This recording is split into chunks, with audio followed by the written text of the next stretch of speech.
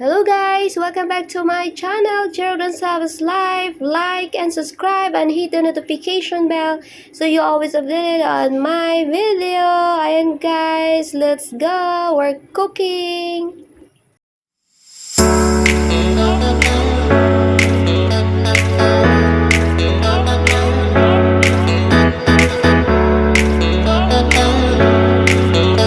Hello guys, good afternoon everyone. So today's vlog, ayan, so gagawa naman tayo guys. I'm making my Chinese soup guys. Ang mga Chinese is always making soup every day. Pero dito sa aking lolo ay hindi naman guys kami palagi nagluluto talaga ng soup guys. So today he like to drink some soup. So he choose the gourd and tomato. Ayan, ang kanyang soup for today. Ayan. So, before that, guys, so please subscribe my YouTube channel. Ayan, don't forget and like and share at sa hindi pa guys nag-subscribe sa aking YouTube channel, so please subscribe my YouTube channel guys and hit the notification bell so you always updated of my videos coming up. Ayan guys. So, ayan, so magbablog tayo, ayan. So, ipapakita ko sa inyo guys yung aking how to make the gourd with the tomato soup guys for today. Ayan, I show you guys. Galing ako guys sa palengke, sa supermarket, sa parking shop. So, bumili guys ako. Pero yung ibang gulay is galing pa ng samshu po. Ayan, papakita natin guys. Let's go! So, start me cooking! So, ayan guys, if you can see, ayan, so I wash it already. This is the gourd. So, I have two pieces and tomato. This is the ingredients, guys, for the soup. And then, we have the ginger here. I need to slice, one slice only, guys, for the boiling some water for the soup. And I have also here the dry dates. Ayan, if you see, this is dry guys, so I need to soak for a while. Yan. And then this is the scallop guys, dried also. So I wash and I soak in the water because that's dry. It's all dry. This is fresh one. Ayan. And then guys, meron na rin akong na-slice. I slice the pork. So this is very finely sliced and I'm marinated already with black pepper powder and uh, chicken powder, ayan, and salt to taste, and corn flour, ayan, and some sesame oil, ayan, and then yung ordinary oil also guys for salt and a little soy sauce. This one, the pork, ayan. When guys, meron ako ditong na ready na water. So, kunting water lang to siya guys kasi gourd lang yung ating lulutuin na sup-sup. 2 piraso lang, so medyo maliit. So, I'm adding the ginger. So, magbo-boil lang muna siya. And then, we add some gourd and the pork. Ayan. So, we starting for a slice now.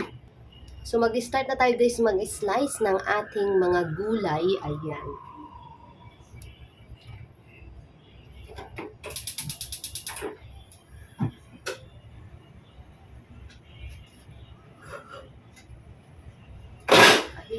Ayan.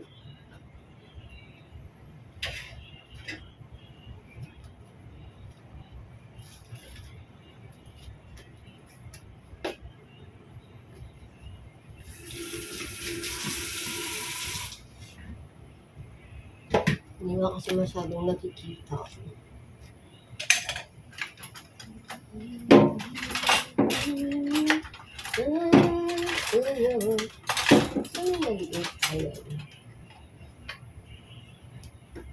So guys, the way guys, ito hindi naman siya as in babalatan. So parang ganito lang siya guys, yung aking ginagawa pag ako ay nagbabalat ng gourd. So ganito lang siya guys. Ang gagawin natin. So medyo green pa guys yung kanyang skin.